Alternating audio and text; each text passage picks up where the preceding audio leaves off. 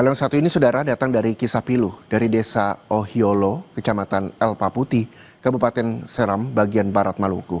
Ada seorang perempuan yang mengalami kejang-kejang hingga koma harus ditandu hingga puluhan kilometer menuju puskesmas terdekat.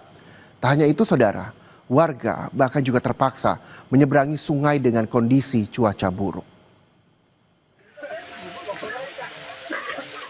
Beginilah kondisi warga desa Ohiolo, kecamatan El Paputi, Seram, bagian barat Maluku, saat mengevakuasi seorang perempuan yang mengalami kejang-kejang hingga koma. Dengan menggunakan tandu, mereka bergantian memikul pasien yang tengah dalam kondisi gawat darurat menuju puskesmas terdekat. Medan yang dilewati pun cukup menantang. Warga harus ekstra hati-hati saat melewati jalan berlumpur yang licin, jalan menanjak di daerah pegunungan, serta jurang. Tak hanya berhenti di situ, warga pun tak punya pilihan akses jalan. Mereka terpaksa menaiki rakit, menyusuri sungai. Butuh waktu 4 hingga 5 jam menuju puskesmas terdekat.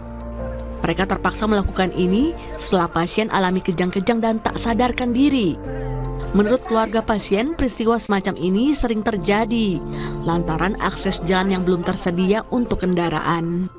Atau minta dengan sangat bapak-bapak, pemerintah Kabupaten, Provinsi Maluku, dan juga bapak-bapak pemerintah pusat untuk memperhatikan katong dalam adanya transportasi jalan.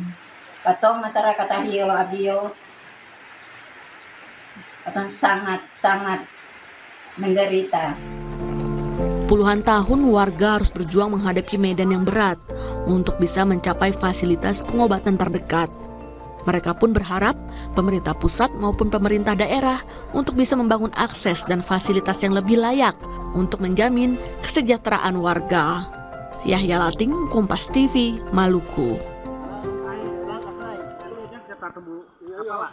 Pemerintah Provinsi Jawa Barat targetkan semua SPPG di Jawa Barat sudah tersertifikasi tahun depan.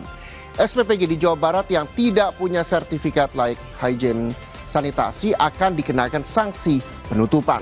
Kami akan hadirkan berita lengkapnya saja di Sapa Indonesia Siang untuk Anda.